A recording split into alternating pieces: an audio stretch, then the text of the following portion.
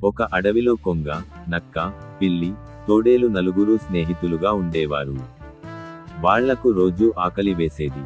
కాని అన్నం దొరకటం కష్టం. ఒక రోజు వాళ్ళు కలిసి ఆహారం వెతకడానికి వెళ్లారు. ముందుగా నక్క చెప్పింది, మనమంతా కలిసి పనిచేస్తే మంచి భోజనం దొరుకుతుంది. అందరూ అంగీకరించారు. కొంగ జలాశయంలో చేపలు పట్టి తీసుకురాగా, పిల్లి ఒక పాము పట్టింది. తోడేలు ఒక పక్షిని పట్టుకొచ్చింది. నక్క పళ్ళెంలో పండ్లు తీసుకువచ్చింది. అందరూ కలిసి ఆహారం వండేందుకు సిద్ధమయ్యారు. కాని అప్పుడే తగాదా మొదలైంది. పిల్లి అంది, పాము కష్టంగా పట్టినది, ఎక్కువ భాగం నాకు కావాలి.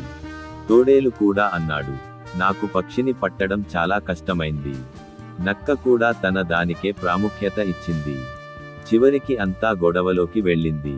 అప్పుడు కొంగ మెల్లగా అంది, మనల్ని మనం విడిపెట్టుకోవడం బాగోదు.